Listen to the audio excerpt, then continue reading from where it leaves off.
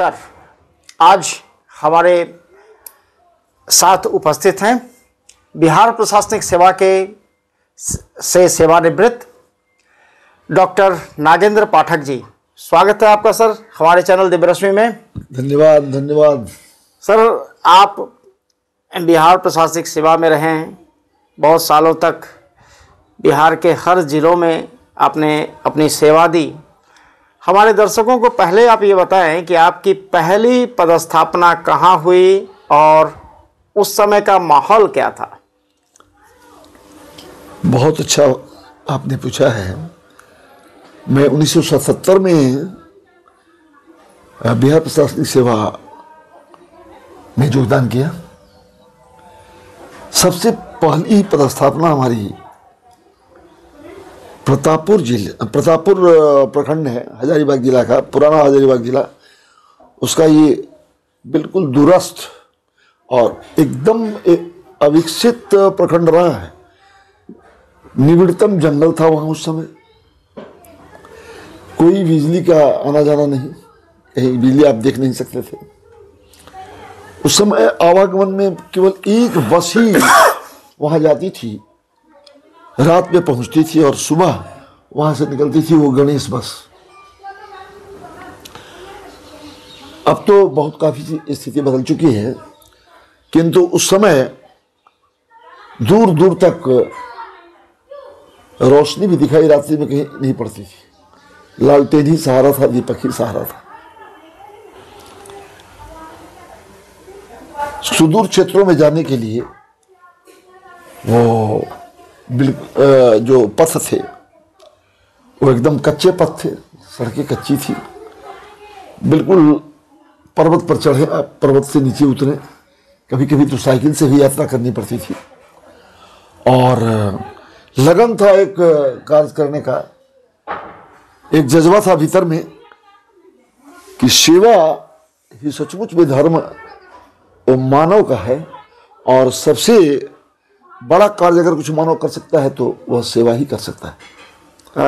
आपका सर प्रशासन में रहते हुए आपका लक्ष्य सेवा ही धर्म था, लोक सेवा, लेकिन जन सेवा। आज का सर जो पॉलिटिकल इन्वायरमेंट है, खासकर जो 2000 के बाद पॉलिटिकल सिस्टम बन गई, यहाँ सेवा के बदले लोग मेवा के पीछे चले जाते हैं। और जितनी फैसिलिटी आज के नेताओं को मिल रही है, सांसदों को, विधायकों को मिल रही है, क्या ये देश के लिए खतरा नहीं है? अनप्रोडक्टिव एक्सपेंडिचर, इनका प्रोडक्शन में कोई योगदान नहीं है, और किसी भी देश की जीडीपी का 45% पार्ट अगर अनप्रोडक्टिव एक्सपेंडिचर के ऊपर आएगा तो देश कब तक बचेगा सर? ये तो समय की बात है। जिस समय मैं इस सेवा में आया था और कहा जाता रहा हूँ, उस समय की बात बता रहा हूँ। मैंने जनप्रतिनिधियों को भी देखा था कि जनप्रतिनिधियों के साथ रहकर ही कार्य करने का अवसर मिलता था। और प्रशासन तो जनप्रतिनिधि, पदाधिकारी, कर्मी सब उसमें मिलकर करते हैं, और उनका ध्येय एक ही होता है, जन कल्याण होता है, लोक कल्याण होता है। और संविधान के अनुसार जो उन्हें प्रदत्त कर्तव्य हैं, अधिकार हैं, जो नियम कानून है, जो भी है, जो प्रावधान है प्रशासन का, वे सब का पालन करना पड़ता है। तो उस समय और आज के राजनीतिकों में काफ़ी अंतर रहा है, ये तो माना जाएगा। और सुदूर गांव में भी मैं देखता था कि कभी उस समय के विधायक जो थे पैदल चले जा रहे हैं, हम भी उनके साथ रहते थे, चलते भी थे। कई ऐसे मिलते थे जिनके चलने की जो गति थी बहुत तेज थी, लेकिन वो गरीबों के पास एकदम बिल्कुल जाते थे, सभी लोगों से मिलते थे। समाज में कोई विद्वेष पैदा उनसे नहीं हो पाता था, वो सबको लेकर चलते थे। संपूर्ण भारत को वो अपने एक नज़र से ही देखते थे कि ये भारत में है। लेकिन सर आज के नेता लोग लगातार सनातन धर्म पे कुठाराघात कर रहे हैं, कभी भगवान श्री राम के चरित्र पे, कभी भगवान श्री कृष्ण पे, और कल तो एक वर्तमान सरकार में के एक विधायक हैं जिन्होंने माँ दुर्गा पे कुठाराघात किया है, तो आज के नेता और उस समय के नेता में तो जमीन आसमान का फर्क था सर। उस समय सर्वधर्म समभाव की जो भावना थी नेतृत्व वर्ग में भी रहा है, और प्रशासन में जो प्रशासनिक पदाधिकारी या प्रशासन से जुड़े हुए जो लोग रहे वो सभी धर्मों को एक समान मानते थे और सभी धर्मावलंबियों के साथ एक सा व्यवहार गुजारता था, क्योंकि सबकी सेवा ही उनका धर्म रहा क्या है, उनका कार्य रहा क्या है। वो किसी एक व्यक्ति के लिए, एक समुदाय के लिए सरकार के जो नियम बनते थे वो सबके लिए बनते थे, और जो सबके लिए आता था वो सबके लिए कार्य होता था। इसमें कोई शक नहीं कि जो समाज के कुछ वंचित वर्ग थे, जैसे हमारे SC हैं, ST हैं, उनके लिए उस समय कुछ विशेष कार्यक्रम रहते थे। तो विशेष कार्यक्रम इसलिए थे कि वो काफ़ी पिछड़े थे शैक्षणिक दृष्टिकोण से, सामाजिक दृष्टिकोण से, आर्थिक दृष्टिकोण से। तो उनके लिए कुछ कार्य जो कार्य सरकार के द्वारा निर्धारित किया था, जो सरकार की नीति रहती थी, उसे लागू तो अक्षरशः हम लोग करते थे, और किसी धर्म के विरुद्ध में हम लोग बोलते थे। और हम ऐसा सुनते भी उस समय बहुत नहीं थे कि कोई जनप्रतिनिधि या कोई ऐसे लोग जो एक शासन प्रशासन या लोक कल्याण या लोक कार्यों से जुटे हुए हैं, जो लोक नीति के बनाने में सहयोग करते हैं, वे इस तरह का कोई बयानबाजी या ऐसा कार्य नहीं करते थे जिससे कि समाज के ताने बाने को क्षति हो या सामाजिक विद्वेष पैदा हो और विभिन्न धर्मावलंबियों के बीच में किसी प्रकार का विवाद हो, ऐसा रहा नहीं किया। तो आज के जो नेता हैं उनके चरित्र में ह्रास हुआ है, बहुतों की चित्त में ह्रास हुआ है। और आप याद रखें कि जो नेतृत्व करते हैं उनके शब्दों का, उनके आचरण का प्रभाव तो पूरे समाज पर पड़ता है, क्योंकि वे लोगों के बीच जब जाते हैं और जो कहते हैं उसका प्रभाव तो पड़ता है।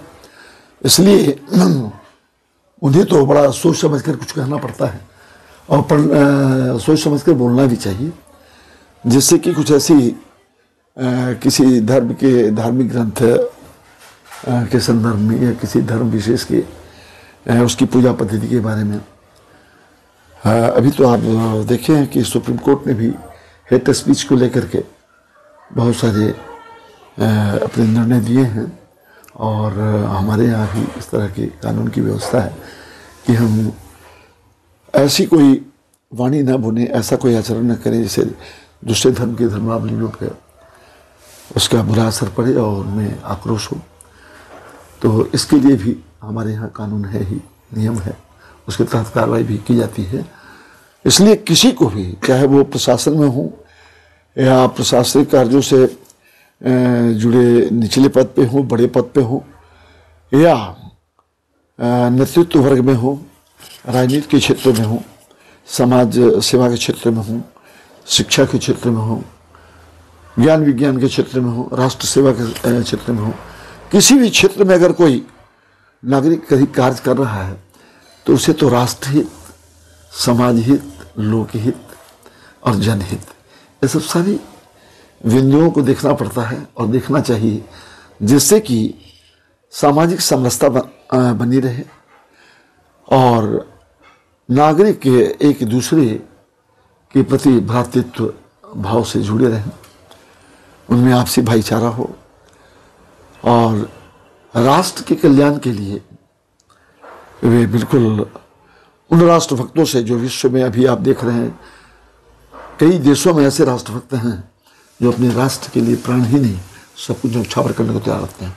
और हमारा भारतवर्ष भी उसी तरह का देश रहा है। हमारी मातृभूमि में भी जो पूर्व में पुत्र या पुत्रियां यहाँ जन्म ली हैं, वो भारत की सेवा के लिए, भारत के चौहद्दी को रक्षा के लिए और भारत में अमन और शांति बनाए रखने के लिए और इवन भारत को स्वतंत्र करने के लिए बिना गर्दन की मोल लिए हुए बिल्कुल सूली पर चढ़ गए और उन्होंने कुछ उफ तक नहीं किया था। केवल एक राष्ट्रभक्ति, देशभक्ति और सनातन तो एक ऐसी परंपरा है ना, सनातन पर आज तक किसी ने अगर हाथ उठाया, आंख उठाया, ऐसे बिगाड़ने की कोशिश किया, वो स्वयं बिगड़ा है, आप उसे देखेंगे।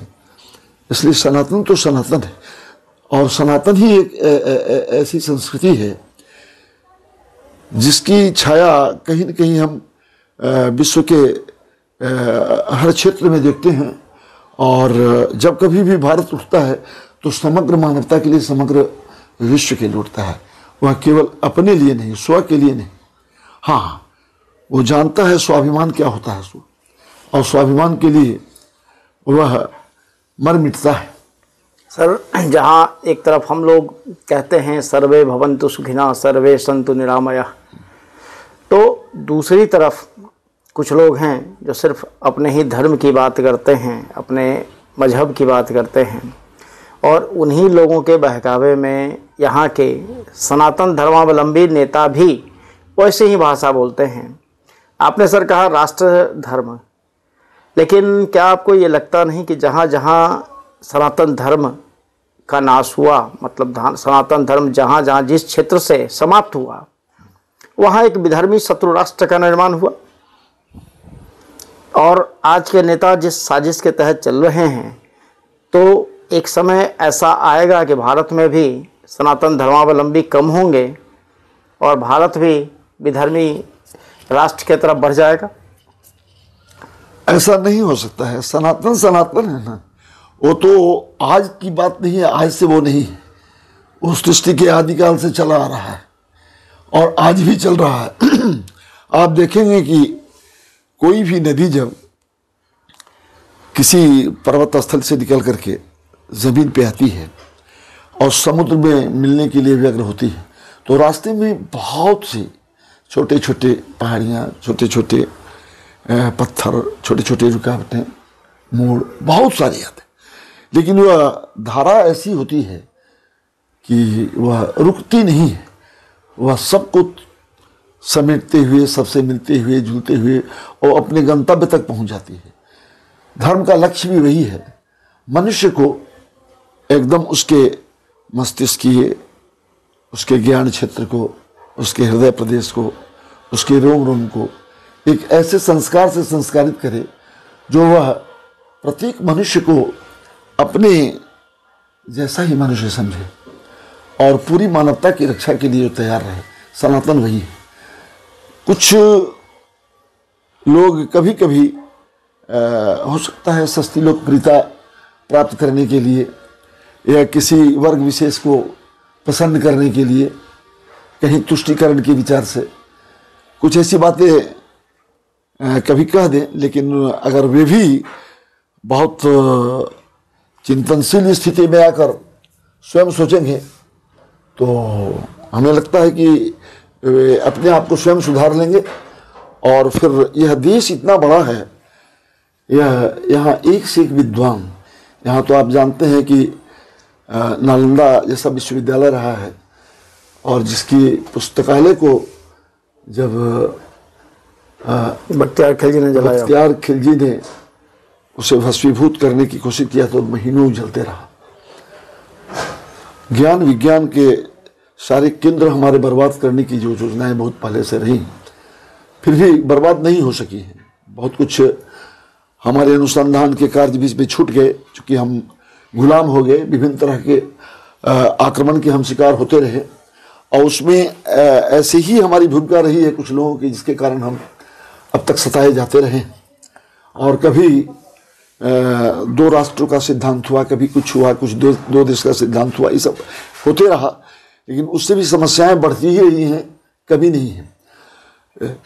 आप ऐसा नहीं कर सकते हैं कि अपने देश के बहुत बड़ी संख्या में ऐसे नेता हैं या नेतृत्व वर्ग है या कहीं भी प्रशासन में भी ऐसे लोग हैं या लोग हमारे यहाँ जो बिल्कुल राष्ट्र धर्म को जानते हैं, वो यहाँ के मानवों में, यहाँ के नागरिकों में कोई विद्वेष पैदा करना चाहते हैं, या वे चाहते हैं कि इस राष्ट्र की हम मूल जो आत्मा है उसको उस पर आघात करें, या वो सनातन को बर्बाद करने की कोई ऐसी इच्छा रखते हैं? ऐसा नहीं। अभी कुछ लोग साउथ में इक्के दुक्के अपवाद तो हर जगह होते हैं ना, लेकिन अपवाद जो होते हैं वो विवाद खड़ा करने के लिए होते हैं, ऐसा नहीं है।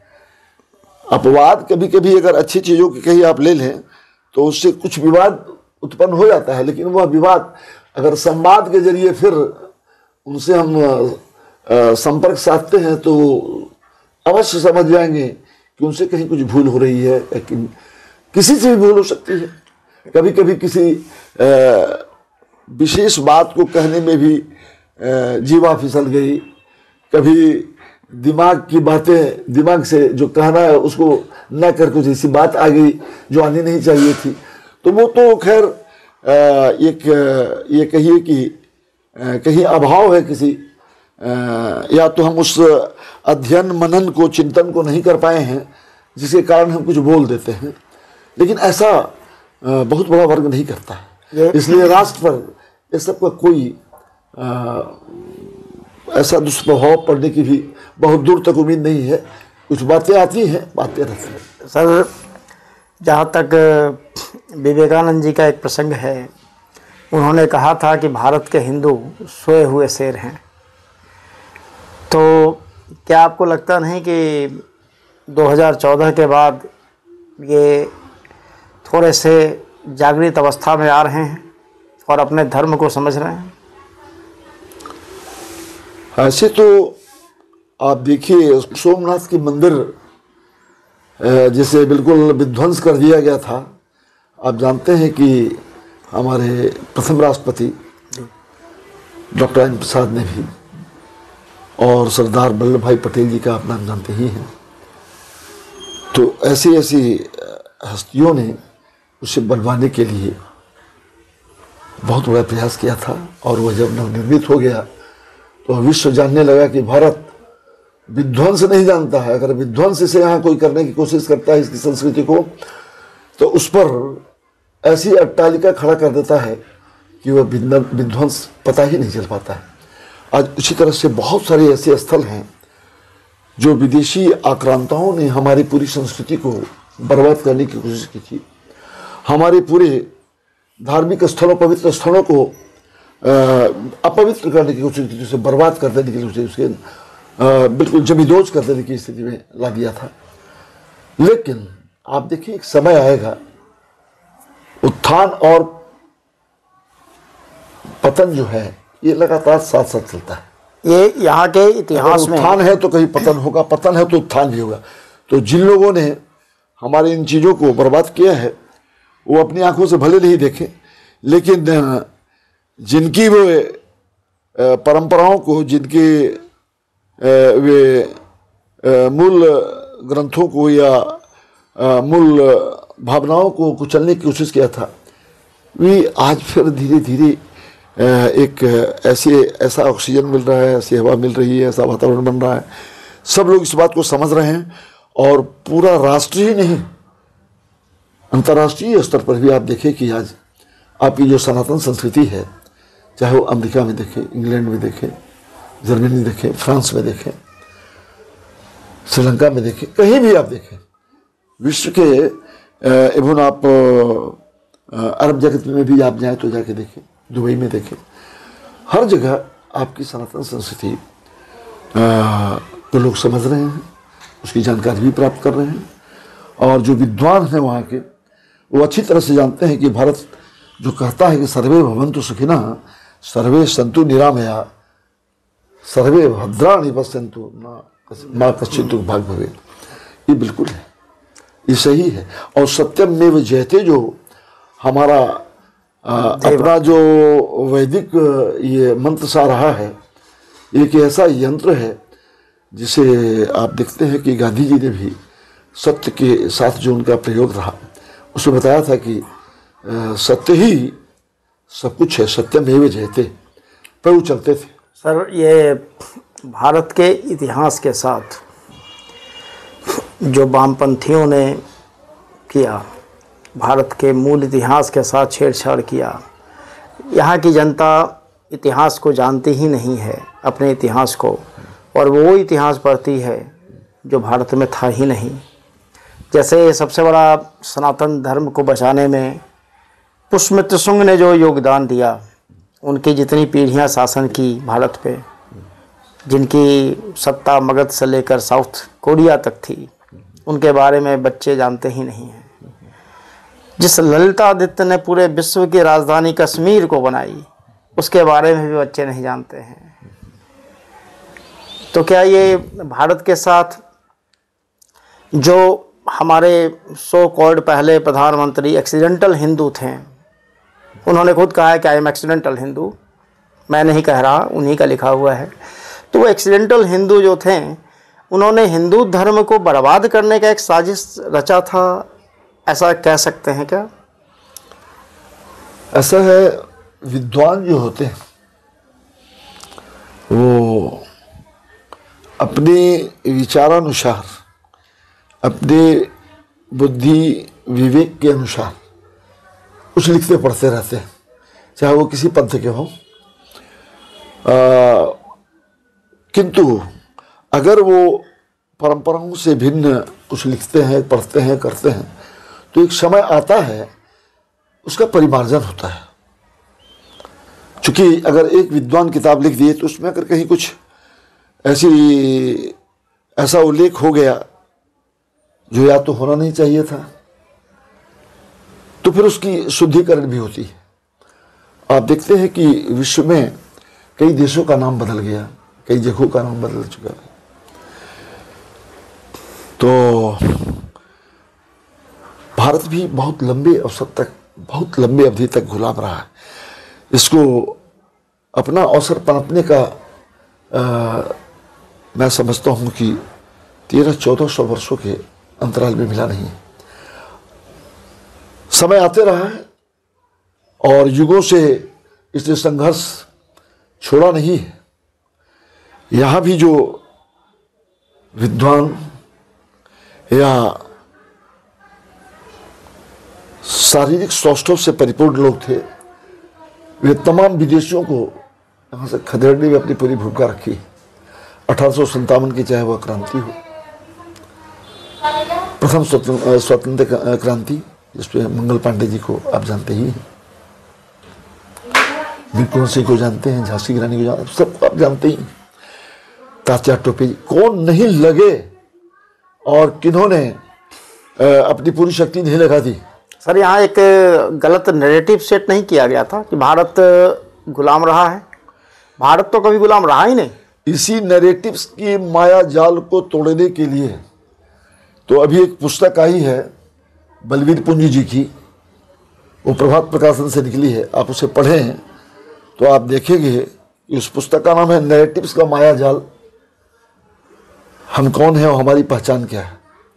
इसको पढ़ें तो आप समझेंगे कि अपने इस देश की बाहर और भीतर से अपनी संस्कृति पर, अपने सनातन धर्म पर कितना प्रहार हुआ है और इसे बिल्कुल ध्वस्त करने के लिए कितनी शक्तियां दुर्भिसंधि करके लगी है, लेकिन सफलता किसी को मिली आज तक नहीं है और कभी मिलेगी भी नहीं। मैं आपको बताता हूँ, चूँकि यहाँ तो है कि यदा यदा ही धर्मस्य ग्लानिर्भवति भारत अभ्युत्थानाम धर्मस्य तदात्मानं सृजाम्यहम्। वो स्वयं आते हैं, प्रभु का ये वचन है श्री कृष्ण का। रामायण को भी आपने देखा, रामचरितमानस में भी आप ये पढ़े ही होंगे कि जब जब हो ही धर्म की हानि, बाढ़ी अधम असुर अभिमानी। तो होता है क्या, यहाँ की पृथ्वी भारत भूमि जो है ना, ये ऋषि भूमि है, ये कर्म भूमि है, ये धर्म भूमि है और यह योग भूमि है। यह भोग की तो है नहीं और रोग की भी नहीं है। अगर कोई रोग यहाँ, अभी देखा ना आपने कि पहुंचा यहाँ कोरोना, तो उस रोग के निदान के लिए योग को कैसे हम लोगों ने अपनाया और पूरे विश्व में ईश्वर संदेश दिया।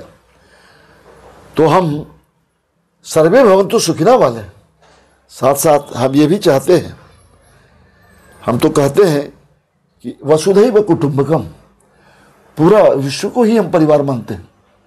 और अपने देश में अगर कुछ कहीं लोग हैं ऐसे, कुछ सिरफिरे नौजवान हो सकते हैं, कुछ सिरफिरे विद्वान हो सकते हैं, कुछ सिरफिरे लोग हो सकते हैं, लेकिन वो सिरफिरापन स्वयं ठीक कर लेते हैं, या तो फिर समय में ठीक कर देता है। इसलिए हमें तो उस ईश्वरीय शक्ति पर पूर्ण विश्वास है कि भारत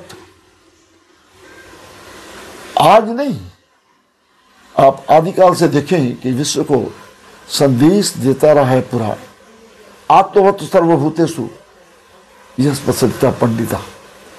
यह पांडित्य क्या है, विवेक क्या है, विद्वान कौन है, जो सभी में अपनी आत्मा को दिखाई, जिसको दिखाई दिए, सभी प्राणियों में वह अपने प्राण को भी देखे, अपने जैसे प्राणी को भी देखे। और यही कारण है कि यहाँ बुद्ध को ज्ञान प्राप्त होता है। यहाँ महावीर स्वामी जैसे हमारे बीच अवतारी पुरुष आते हैं, और यहाँ धर्म को बचाने के लिए एक ऋषि, धर्म को बचाने के लिए गुरु गोविंद सिंह भी अवतरित होते हैं। बिल्कुल बिल्कुल, गुरु गोविंद सिंह जी तो केवल धर्म के लिए ही आए थे। और गुरु गोविंद सिंह के पिताजी को भी आप देखें, जितने भी गुरु हुए हैं हमारे यहाँ, वह सनातन की रक्षा के अपने पुत्र को, स्वयं अपने आप को और अपने सर्वस्व को लुटा दिया है, बलिदान कर दिया है, लेकिन झुके नहीं। इसलिए सनातन वहां झुकता है कहाँ, जहां कोई देवत्व दिखाई पड़ता है, ईश्वरत्व दिखाई पड़ता है, आत्मतत्व दिखाई पड़ता है। लेकिन ये कभी भी वैसे तत्वों के समक्ष झुकता नहीं है, और वहां रुकता भी नहीं है, और उनकी प्रतीक्षा नहीं करता है कि वे हमें समझाने और हमें बर्बाद करने के लिए आएंगे। भारत स्वयं अपना निर्माण अपने विवेक, बल और बुद्धि से करते जाता है। और यहाँ हमारे जो वेद हैं, हमारे जो ऋषियों द्वारा दिए गए हमें एक अनुशासन है, और हमारे यहाँ वह कोई ऐसा विज्ञान का क्षेत्र नहीं है जिसमें कि हमारे वेद के अंतर्गत में उसका वर्णन नहीं है। चाहे वो शिक्षा के क्षेत्र में, योग के क्षेत्र में, या वायुयान के क्षेत्र में, या आप पृथ्वी पे ये जो पर्यावरण का निर्माण कैसे होता है उसके क्षेत्र में, मानवता को कैसे हम मानवता की भांति रख सकते हैं, पूरे विश्व मानवता को कैसे हम शांति प्रदान कर सकते हैं, इसके लिए कौन से हमारे समक्ष कार्य आना चाहिए, कौन सा कार्य हमें अपने हाथों में लेना है जिससे सबका सर्व कल्याण हो। अपने पास ज्ञान का भंडार रहा है। मनुस्मृति जैसे न्याय शास्त्र हैं, याज्ञवल्क्य की स्मृतियाँ हैं, विष्णु स्मृतियाँ हैं, ये सारी स्मृतियों के रहते हुए भारत एक्सपोर्टेड या इम्पोर्टेड जो कॉन्स्टिट्यूशन और इम्पोर्टेड जो लॉ का लाया है। आज भी स्वतंत्रता के बाद भी हम लोग आईपीसी और सीआरपीसी की बात करते हैं, तो क्या हम लोग के लिए दुर्भाग्य की बात नहीं है जिसके पास मनुस्मृति जैसे, और मनुस्मृति को यहाँ के सो कॉल्ड पॉलिटिशियन जिसने आज तक कभी भी मनुस्मृति को ना देखा है ना पढ़ा है, इसके ऊपर कमेंट करते हैं, ये दुर्भाग्य नहीं है सर? असल मनुस्मृति को अच्छी तरह से जो पढ़ लेंगे तो उनको जानकारी होगी, और मनुस्मृति के ज्ञाताओं के समक्ष अगर उनमें कुछ प्रश्न उठाने की स्थिति पैदा होती है, उसको रखेंगे तो समाधान भी उनको मिलेगा। और ऐसे तो कोई कहीं भी कुछ कह दे तो उसे मान्यता मिलती नहीं है, और अंततः सन्मार्ग पर चलने की ही बात आती है। व्यक्ति रास्ता कभी भूल जाए, कोई बता दे उसे, कोई समझा दे उसे, कोई ला दे उसे। अब देखते हैं कि चौराहे पे ट्रैफिक पुलिस रहती है, एक्सीडेंट नहीं हो इसके लिए, कि इसमें कोई शक नहीं कि हम संविधान बना चुके। संविधान में हमने जो अपना उल्लेख किया है, संसार के बहुत सारे संविधानों की हमने अच्छाइयों को लिया है और देखा है, सुना है, लेकिन संशोधन भी होते हैं। हमारे समय के अनुकूल जो संविधान में चीज़ें रहनी चाहिए, आनी चाहिए, वो हैं, वो रहेंगी, और इसके लिए हमारे यहाँ पार्लियामेंट है। जी, आपका बहुत बहुत आभार, आपने अपना कीमती समय दिया और हमारे दर्शक निश्चित तौर पे इससे लाभान्वित होंगे। धन्यवाद आपका, आभार। आपका भी धन्यवाद, क्योंकि आपने कुछ मुझे अवसर दिया कहने के लिए और अपने विचारों को रखने के लिए। प्रश्न बड़े सटीक थे आपके। हो सकता है कि उस अनुकूल हमारा उत्तर हो या ना हो, लेकिन मैं तो उत्तर नहीं दे रहा था, मैं अपनी भावनाओं को व्यक्त कर रहा था। ये मेरा व्यक्तिगत विचार था और ये मैं जानता हूँ कि ऐसे ही व्यक्तिगत विचारों को अगर आप लेकर अपने कहीं न कहीं इसका उल्लेख करते रहेंगे तो पत्र पत्रिकाओं में उनके विचार आएंगे, बहुतों के विचार आएंगे। धन्यवाद।